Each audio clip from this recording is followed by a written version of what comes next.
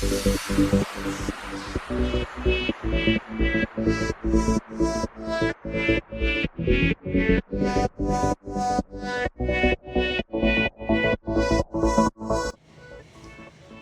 बघू शकता असे वांगे फोडून घ्यायचे बरं का, त्याच्यामध्ये बघायचं हे काय असं.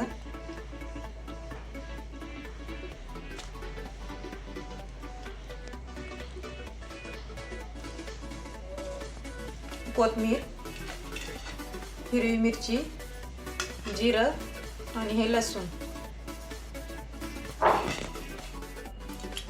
तर बघू शकता तेल गरम झालेलं आहे. आता हे जे वांगे आहे ना हे तेलामध्ये घालायचे आहेत आणि आता आपल्याला ह्याच्यावरी झाकण ठेवायचं आहे आणि मंद आचेवरती त्याला वाफ द्यायचा आहे.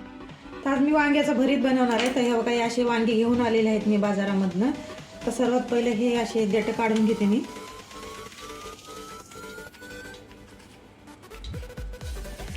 आणि इकडे कढई ठेवलेली आहे, त्याच्यामध्ये थोडंसं तेल घातलेलं आहे मी.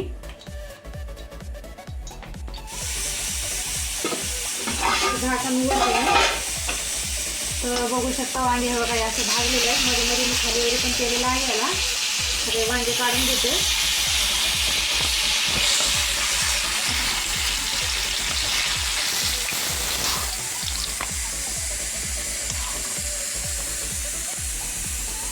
आणि हिरव्या मिरच्या आता ह्याला पण भाजून घेते.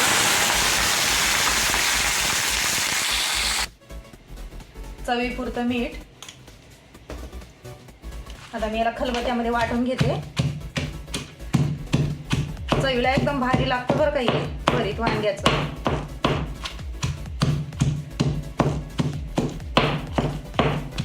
तर बघू शकता मी भरीत वाटून झालेलं आहे. हे बघा हे असं. तर इकडे कढई गरम करायला ठेवलेली आहे, त्याच्यामध्ये तेल घातलेलं आहे थोडंसं. तर 1-2 मिनिट आपल्याला हे परतून घ्यायचं आहे.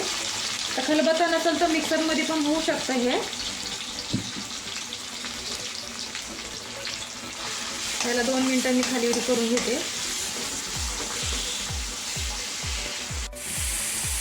बघू शकता मिरच्या पण भाजलेल्या आहेत. आता हे पण काढून घेते मी.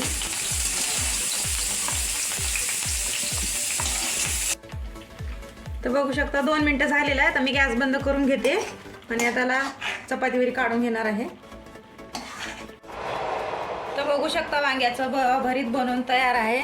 एकदम झणझणीमध्ये, चवीला पण एकदम भारी लागतं. डाळ भातमध्ये असं खाल्लं तरी पण, आपण शेतामध्ये जरी जाऊन खाल्लं ना एकदम चवीला भारी लागतं हे. तर मी असं बनवलेलं आहे. तुम्ही कसं बनवता कमेंट करून कळवा.